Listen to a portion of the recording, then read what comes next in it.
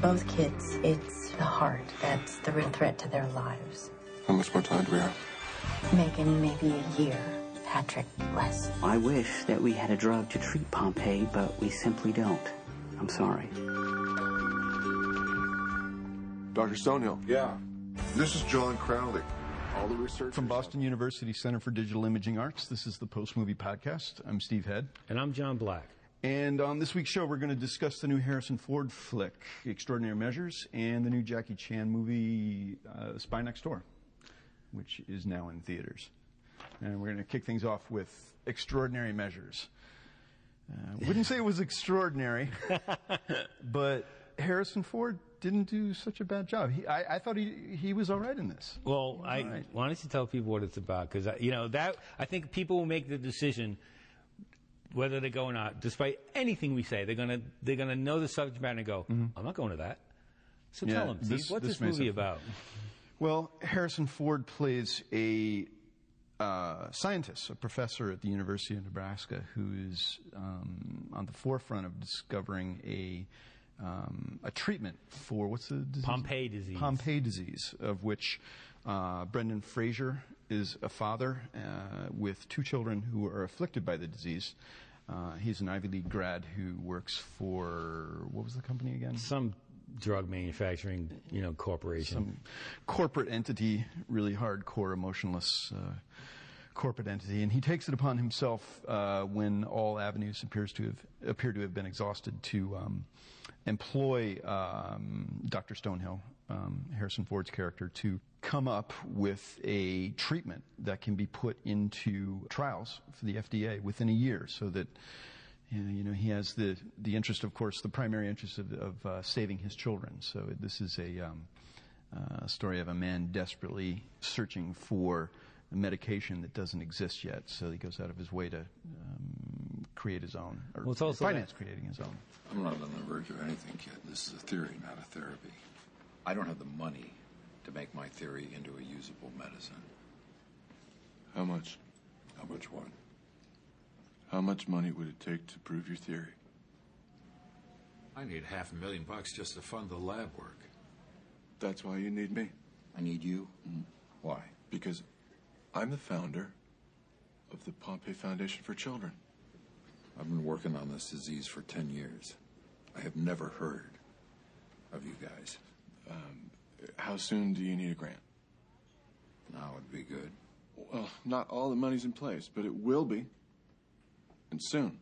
It's also that subgenre of the dying kid movie, which is something I really want to know before I go in. Is it going to be one of those things that manipulates you and does everything it can to make you cry and then feel really good at the end, which is what I thought this was. There was every indication of that. Yeah. Did you cry? No. Come on. But I have a very low tolerance for precocious children, especially the ones disease. that are when they have a disease and they seem to have the answer to everything. Oh, Mom. Oh, Dad. They seem to, have their extrasensory ability due to the disease. And the movie kind of started like that. But the girl who plays Brendan Fraser's daughter is terrific. She's pretty good. There is a scene Meredith Drozier? Yeah, I think that's... There's a scene towards the beginning of the movie which sort of sets things straight. They get a scare where she almost passes away, and they realize how very little time they have to save her and, I believe, her younger brother. They have 3 children. The 2 younger children have Pompeii disease. So Brendan Fraser he pulls a George Clooney. He just leaves in the middle of the movie. I wish I could have done. Which I was thinking about. No, he leaves in the middle of his corporate presentation to catch a plane and fly to Nebraska to find Dr. Stonehill. Yeah. And the other thing that this movie hinges on is whether Harrison Ford is going to work and be believable in this character, because looking at his career, I don't really know that there's anything that... regarding Henry was sort of a medical situation, but in a way it was kind of a thriller. Did you think it worked? Did you think it worked for Harrison Ford? I think that Harrison Ford made this eventually work. It seemed laughable to start with, but as he started to play this cranky old jerk with great taste in music, but he has this maniacal arrogance about him as far as what he's doing. It started to work, and I thought that Harrison Ford wasn't really playing somebody too far beyond the actual Harrison Ford. He is kind of a jerk. Yeah, yeah. And anyone who's interviewed him knows when he's that. coming off to somebody as being a jerk on screen, it's funny.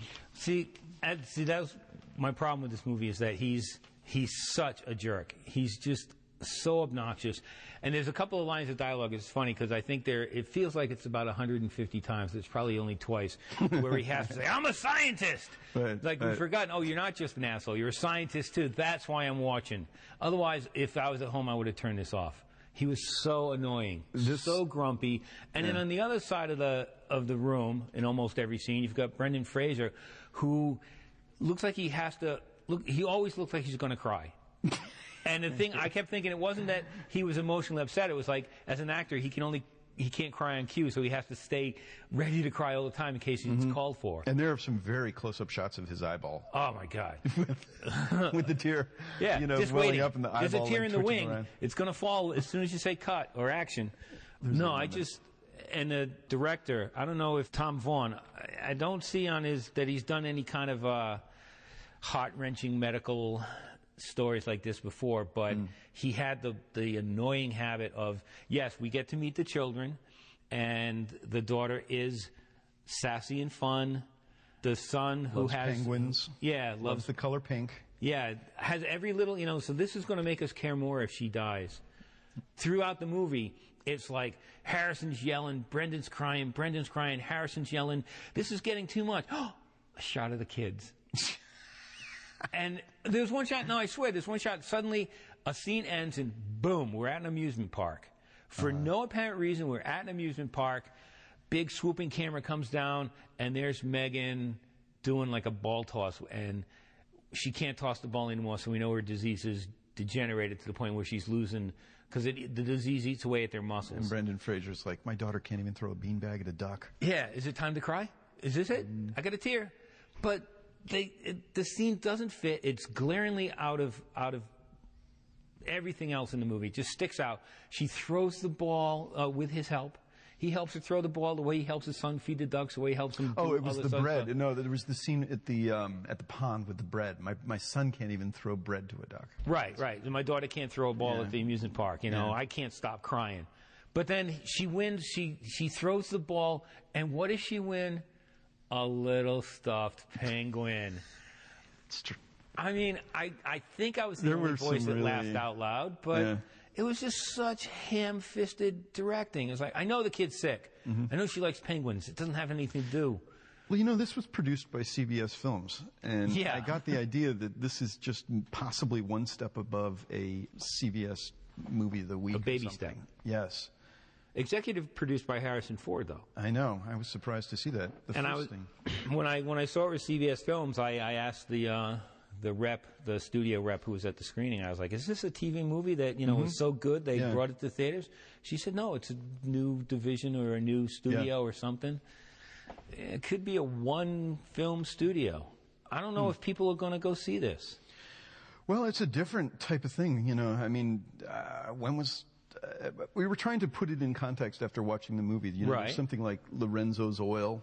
Right. Well, didn't Cameron Diaz have a movie My just Father's last Keeper. year? Yeah, where she had a daughter who had cancer. Yeah, I didn't see that. And, a lawyer who was fighting for her, Alec Baldwin. Alec Baldwin, yeah. That was even worse. That had even the sappy music to make you feel bad. Yeah, the music in this is actually pretty good. Well, the stuff Harrison Ford listens to. Yeah, the stuff Harrison Ford listens to. Or Dr. Stonewall, which other people, they do make Harrison Ford, I think, does a good job in this movie, which could have really quickly gone the other way. But he plays the grumpy old man, the sarcastic old man, pretty well. We need to talk. I'm busy. You're always busy. You always want to talk. Yeah, we could add furin and try and cleave it before purification. What are you doing? Giving you a preview Guys, would you excuse of us what's for a going to minute? happen if we are not in clinical trials in 4 months. Our investors will turn out the lights. Science takes time, Jersey. Don't they understand? Yeah, they do. They can read the Wall Street Journal. They see that Zymogen is testing 3 different Pompe drugs. They're testing 3 because they don't know what the hell they're doing. I'm testing 1 because it's the right one. I know. I believe you, Bob. Look. I want you to go toe-to-toe with Zymogen scientists. That's the reason I've entered into conversations with them to buy our company. You're telling me? You're not asking me? Oh, come on, Bob. I am just being fiscally responsible. Nobody's gonna tell me how to run my lab. If I can engineer a deal, and that is a really big if, you're going to have to forgive me for all the money I'm going to make you. I don't care about money. I'm a scientist. I care about more important things than that. Don't you tell me about more important things to care about. And I think the audience resonated with that. And I think when I'm seeing Harrison Ford, on screen in this role and asking myself if this is really believable, and he plays the cranky old man, and he's, you see, this guy is Han Solo. He can tell you to fuck off, and it's funny. As long but as much as I'm laughing at it, and I wasn't really laughing with it, I was laughing at it. Mm-hmm. And yes, he's so grumpy. He's so relentlessly grumpy. Oh, that's a good. But that's true. For it to work for me dramatically, the script, the doctor, it's not going to end with him being so grumpy the kids die. Mm-hmm. But so there's going to be, even while you're watching it, you're just waiting. It's like, okay, sooner or later, the grumpy guy's going to go away and he's going to be a good guy. And when that happens, it's awful. Yeah, and it takes. Of course, it takes the little girl to crack the, right, the hard shell of Harrison Ford. Well, there's one of the things. There's that speech that and the movie does have its speeches that Oh yeah, just a where few. Crowley, Brendan Fraser, convinces Harrison Ford that that you're all about the medicine, you're all about the statistics, and you make these fine little charts and these little formulas on the wall, but this is about people. Mm-hmm. This is about not a theory, but actually doing something with that theory that actually helps someone in actuality. And so Harrison Ford's Dr. Stonehill, straightens up after that. Yeah, it becomes less of a believable. Well, and the thing that one of the things I noticed was, again, it's going to take the little girl to melt the cold heart of the nasty scientist. Mm. And when they first meet, she gives him a little plastic fish. Mm-hmm. And he's like, oh, it looks like it's got personality and it's really fun. She goes like, it's just a plastic fish. But then he's a fisherman. Well, yeah, he's a fisherman, which is another ridiculous scene. Oh, I finally got the funding I need, but I'm going bass fishing because I'm grumpy. Right. But there's a scene where, and it's leading up to the big moment where Harrison's going to, Dr. Stonehill is going to become a human being, and there's a shot of him, and he's just had another fight with Brendan Fraser, and Brendan's crying and he's yelling, and he comes out, he's going in the truck, and there's the shot of the truck, and you can see the plastic fish hanging from the rearview mirror. Right. And I'm like, oh no, don't. And he gets in, and you can almost set your watch. It's like close up of Harrison, still angry, slowly pan to the plastic fish. Change of heart. Mm-hmm. That's all it takes. And we were laughing because in the beginning of the movie, Brendan Fraser is a corporate executive at this drug company, making good money, obviously, because as we're told in the script, it's $40,000 a month medical for these 2 kids with Pompe disease. Fine. But he quits his job because he wants to dedicate his life to starting a foundation to help find a cure and raise treatment. The money that Harrison Ford, Dr. Stonehill, is looking for, and he tries to do it very quickly. He gives him a month. Then, to raise $500,000. Right, and then they sell their idea to I forget the name of the pharmaceutical company. Yeah, some place it looks like it was. And they're giving him, you've got to have this in trials within a year. Right.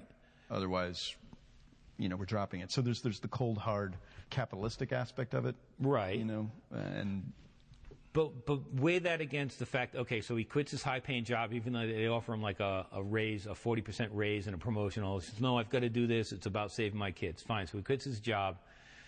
And then they never really struggle for money, though. Because, like, when they moved to Seattle, It's beautiful. they move into this mansion. A mansion. A Absolutely. huge mansion. And they're like, well, it's kind of big. It's got a beautiful view. Where's he getting the money for this? Yeah. But he goes through this, you know, we're so poor. And then, boom, he's living in a mansion. Or, you know, we've got to raise, you know, I quit my job, but I need to come up with $500,000 in a month.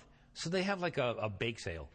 And a couple, you know, next thing you know, he's got like look, $100,000. Yeah.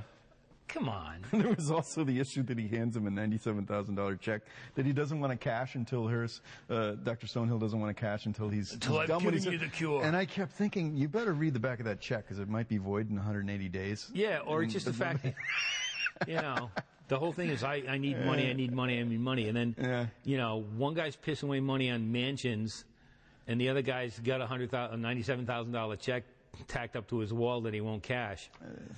And, you know, none of this would matter if I was interested in the story and I thought the acting was compelling. But because it wasn't for me, I'm just like going, you know, I'm worried about... It was. I thought their relationship was... They had a bromance going on. No, they were the two dwarfs, Grumpy and Teary. You know who was actually, I thought, effective was Jared Harris as the corporate guy. The guy was he the evil corporate guy? Yeah. Yeah, Brendan Fraser's new boss. His nemesis. All he needed was a Snidely Whiplash mustache to twirl and go, yeah, your children will die. There's just the all about the numbers person. You know, the all about the, you know. They could. Not all corporate people are bad people. They're just cogs in a system. They could have just put one of those cardboard cutouts. But, you know, every now and then they have to be reminded that, come on, man, this is about people, human... You know, stuff. Maybe they do, but we don't. I thought Jared Harris was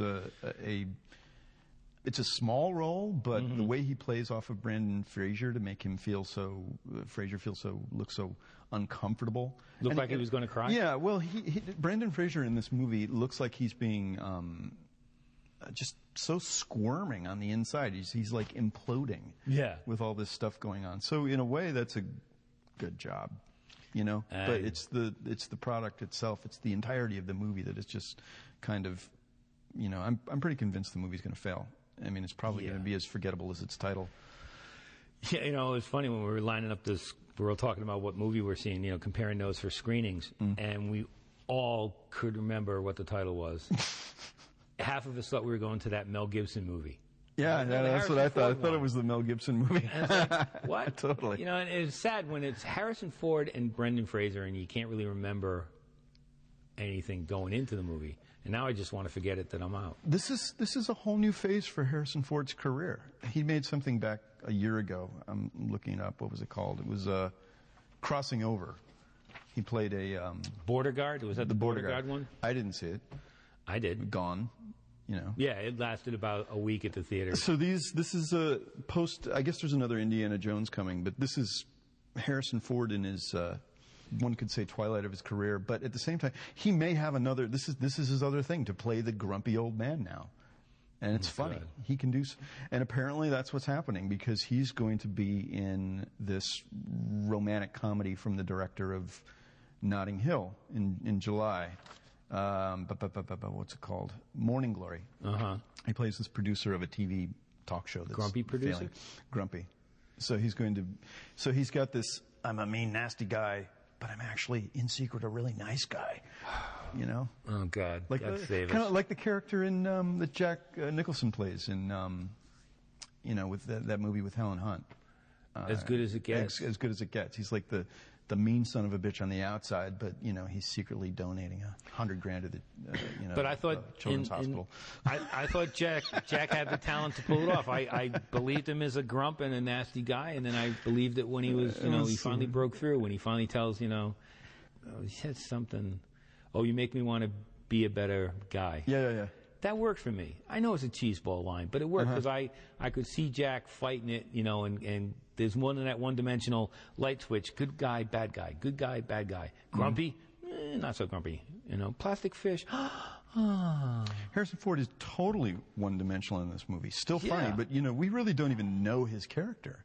No. You know, I guess he was married twice, but the movie is so singular in its pursuit of this, you know, trying to solve this disease. It's very, or a treatment for this disease that is actually very streamlined compared to the mess of The Lovely Bones. It was. This is an efficient film compared to The Lovely Bones. I'm sure it had like a tenth of the budget, and hardly any special effects for makeup on the dying kids. But did you think, at any point, did the mystery part of this film work for you in any way? Did you ever doubt that? I never even got the feeling they were doing anything except Harrison Ford, listening to classic rock and doodling on a whiteboard. There's a, I wouldn't even call it a twist, but there's like a little shift in ideas and perceptions towards the end that kind of makes it, that gives was Brendan nice. another chance to cry. Yeah, but entirely predictable. Yeah, and again, I don't think it had to be. I think part of it was the director didn't really know if he was making a mystery or it wasn't a thriller, it wasn't a mystery, it wasn't kind of a family drama, but it's really just Harrison and Brendan, going at each other relentlessly for almost 2 hours. This will be on CBS next year. Yeah, maybe you want to bet it goes into a spinoff and they just it's the Harrison and Brendan Fraser comedy hour. Yeah, it's a variety show now. Yeah, but you could see this turning into a medical drama on CBS. 10 o'clock thing like a bad ER or something. Get it into FDA trials. Yeah, the FDA. Dun, dun, dun. So now that you've seen it, I think we've hammered this to death. Yes. Now that you've seen it. What movie were we talking about? The new Mel Gibson film. All right. Extraordinary Measures, which, again, could be one of the worst titles. They might as well just call it, Pompeii's Disease. Or, what? Well, it was based on a book called The Cure. The Cure. You could have called it The Cure. Better title, better band. But that gives... it's like saying The Cure. Do they find the cure? What? Does that give anything away? Yeah. I can't cure your kids. You know that. They're always going to be in wheelchairs, but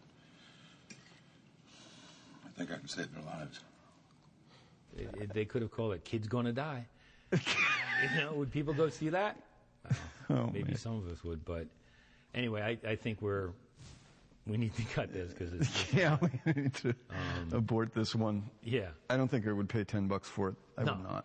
No, I wouldn't pay $10. I wouldn't see it in matinee. I will refuse the DVD when it comes out. I'm not going to do it again. Just not. And I might even avoid that new one unless Harrison, lightens up. Morning Glory. Yeah. Let's avoid that. Moving on. Next up. You're the best agent I've ever had. Hey, I'm standing right here. Maybe I can get your government to loan you to me just a little bit longer. No, this was my last assignment. I'm retiring. Don't tell me because of Jillian. I want a normal life. I want to get married. Oh, heck, man, don't get married. Just find some woman that you're going to hate in 5 years and give her your house. I could never give up this life for a woman. We're spies, man. Every little boy wants to be a spy. It's the life. All the hours you spend sitting alone in a little room like this, eating cold takeout food in the back of a surveillance van, getting shot at all the time, you're doing the right thing. Only problem is that her kids hate me. You're the man. We're gonna miss you, Ho. Good luck with those kids. I brought down dictators. How tough can 3 kids be? Jackie Chan's The Spy Next Door, and I must say, what the hell is Jackie Chan doing in this movie? I'm so just bewildered. Jesus. Paycheck? It's a paycheck, man. Paycheck, yeah. It must be a pretty damn good paycheck. The setup is something we've all seen before where, he's the mild-mannered guy in the suburban neighborhood who, everyone thinks he's a nerd, and, he's having a relationship with the divorcee, I guess, or widow next door, who has 3 precocious little children who hate. His name's Bob Ho, by the way, which cracked me up. Like, Bob Ho? Anyway, so he's having a relationship with the mom, but he can't win the affection of the kids. She gets called away to go, I don't know, some medical emergency in the family or something. Yeah. So he babysits the kids, and through a series of unbelievably predictable events. He wins the love of the children and gets the girl, and yeah, it's pretty awful. It's pretty. It's Eddie Murphy territory awful, and this is what he's going for. You know, What was it specifically? Was it just that it was a crap movie, or was it that Jackie Chan's crap? That he decided to do this. I mean, was his cartoon so successful that they just decided to go directly to kids? I mean, I don't know. I don't know how much money this movie made, and I had a feeling it was actually going to do pretty well because the kids, you know, because you can take your kids to this, you can take the family to it, and leave them. You know, it's slapstick, and it's bad slapstick. And Jackie Chan, one of the reasons he's so popular, and one of the reasons I like him is that yes, he's a very talented stuntman, but he always has that sense of humor with his stunts. You know, he does the death-defying stuff and the fighting stuff, but he always has that. There's a playfulness in what he does, and this, I think, a huge problem with this movie is that it's directed by a guy named Brian Levant, who has a long resume of kids' movies or family movies. He did Snow Dogs. He did the 2 Flintstone movies. He did the direct-to-video classic Scooby-Doo, The Mystery Begins, which is a live-action Scooby-Doo movie with, you know, like they had with... Linda Cardellini and... No, who was... Freddie Prinze was... Yeah. You know, and... Buffy the Vampire Slayer. Yeah, that lady, Sarah Michelle Gellar. Though they had 2 of those live-action movies, and this is like a precursor when they first met with people imitating those styles. So I think the director is stuck in the kids' genre, and so he's probably the right man to make a movie like this. Jackie Chan's the wrong person to be in it. And I was trying to, I was talking to a fellow reviewer when we were watching it, because I swear, you know how like you're watching a movie and you can tell a stuntman has been put in? Like, you know, it's George Clooney in a fight, and then it's a long shot of someone who's wearing a bad George Clooney it's just wig. all too obvious. Right. This is just such an example of in a Jackie Chan movie. editing. In a Jackie that Chan he would movie. allow this was sort of astounding. Yeah. I mean, he does a couple of neat things, but it's just... But if you're a fan of his, you've seen all these tricks before. All of them. Yes. You know, but then when there's any kind of real physical work, the camera pulls back, and you can see it's a double. You know, I also think that it's easy to look at this from a jaded critic point of view. You know, it's easy to look at this and say, this is what I, as a Jackie Chan fan, would really like to see him. I mean, there's certain things I expect from him, and it's not this. But then, from a kid's point of view, this could be a cool film. You know, this could be something you can take the family to, and it would be, you know, there are some laughs with the kids, and it'd be cool. But from the adult perspective, it's painful. You really have to put up with this movie. One of the things that I found totally annoying, first of all, we'll admit it, we had to look up who played the wife and the kids because it's so generic. You know, they're just blanks. There's nothing interesting about any of, you know, the little girl. Oh, completely generic. You know, George Lopez, Billy Ray Cyrus is the... That's the other thing. His partners in the spy world are Billy Ray Cyrus and George Lopez because they needed a redneck and a Latino, I guess, to get the money, maybe. But Billy Ray Cyrus, who, not much of an actor, you know, not much of a singer. He's got a famous daughter. But he's, all his work in this movie is to say something dumb and redneck. You know, like he's got some quip about, you know, how it's, that dog don't relates hunt, to, and, you know, to his mama back home. Yeah, it's just crap. And then, you know, George Lopez is just, I swear, the guy just yells. Even when he's, you know, in conversation, he just yells. They're annoying. The kids will probably get a kick out of this pseudo-Aryan bad guy who gets easily broken out of prison, but because he doesn't have any clothes to wear outside of the orange jumpsuit. Right. So his cronies try to get him some garb, and he ends up wearing really bad hip-hop clothes. Street clothes. Yeah.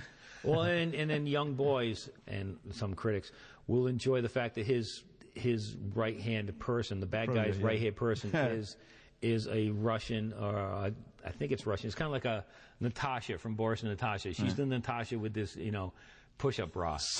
Don't kill him yet. We need information.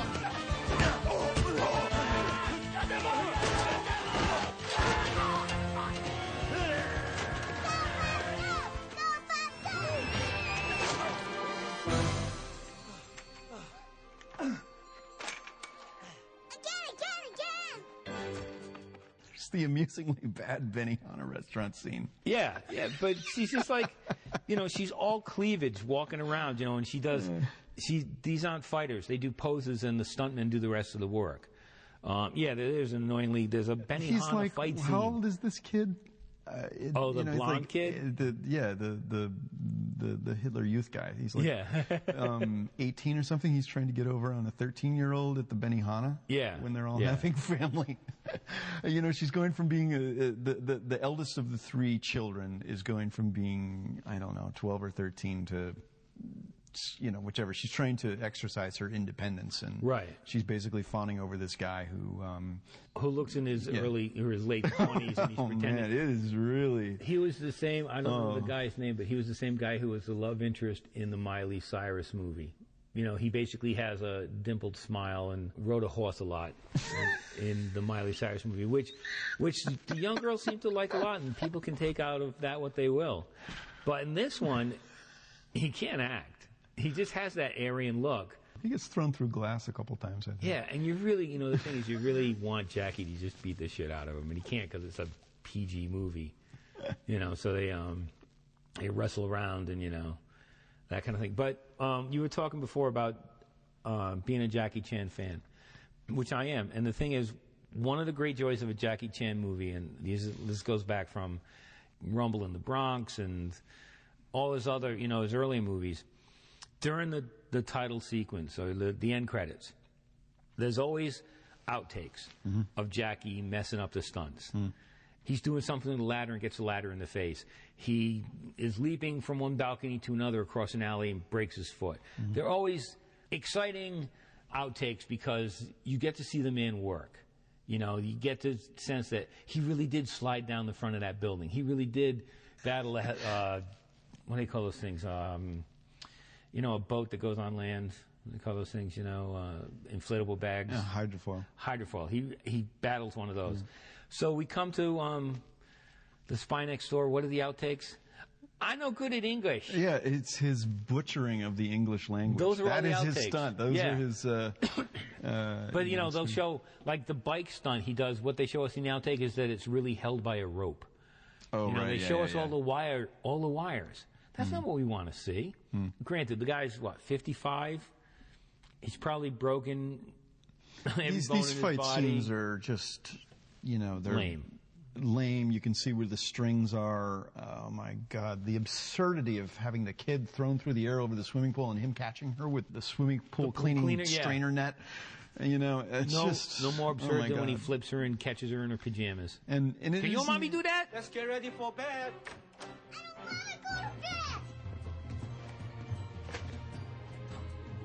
Hey!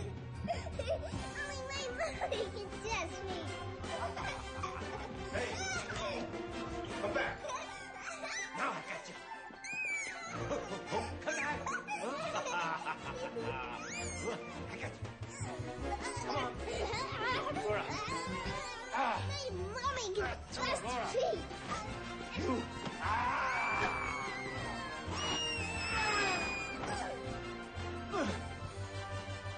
Can you, Mommy, do that? Sleep.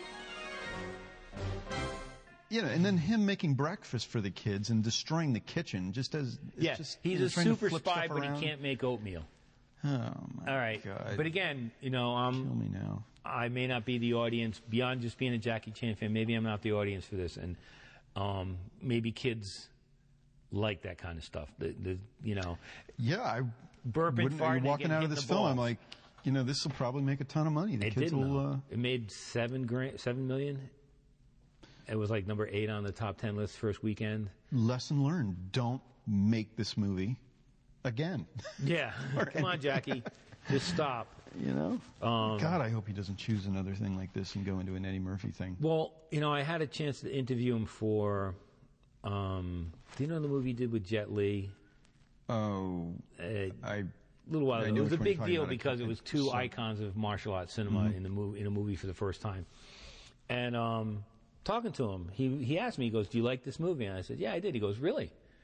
And I was like, "Yeah, why?" He goes, "Well, he makes two kind of movies. He makes movies for Hong Kong audiences and movies for American audiences. So when he does High Noon, that's for an American audience. When he does something like this, it's for American kids, I guess. But he does hardcore or harder core action movies for Hong Kong audiences. It's a whole different thing for him. And I think whether he doesn't have a sense of, he's been in it too long to say he doesn't have a sense of what he's doing, but maybe, his people thought, it's a great, like you said, you got a hit cartoon series, although I think it's been off the air for a while. Now it's your chance to, cash in, on the kids market. But it's a mistake a lot of action heroes make. The Rock did The Tooth Fairy. Jackie Chan's He's made done too many this. of these type of things. Yeah. Dwayne Johnson, it's just... But, Stallone did bad comedies. Schwarzenegger did bad comedies. Mm-hmm. Chuck Norris never did. So what's that tell you? Let's leave it at that. Yeah. There's not... Thank you, Chuck we're Norris. we're shooting fish in a barrel with this one. It's just not... by the time people hear this, it'll be out of theaters anyway. So rent it for the kids. Yeah, hopefully.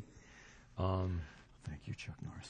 Yeah, I don't think there's much more to say. Obviously, we wouldn't pay to see this. So. Oh no. I just to be convinced to go to the press screening was. I don't know. I'm delivering the message, and the message is, do not pay any attention to The Spy Next Door. Yeah, exactly. And that wraps up this week's show. We discussed Extraordinary Measures and The Spy Next Door. And, of course, as always, visit the website at postmovie.wordpress.com for show notes. And if you have any feedback on the show, we'd certainly like to hear from you. So send us an email at postmovieshow@gmail.com. I'm Steve Head. And I'm John Black from Boston Event Guide. And this is the Post Movie Podcast, which will soon have an email that says postmoviepodcast@gmail.com. But right now it's postmovieshow@gmail.com. Bye-bye.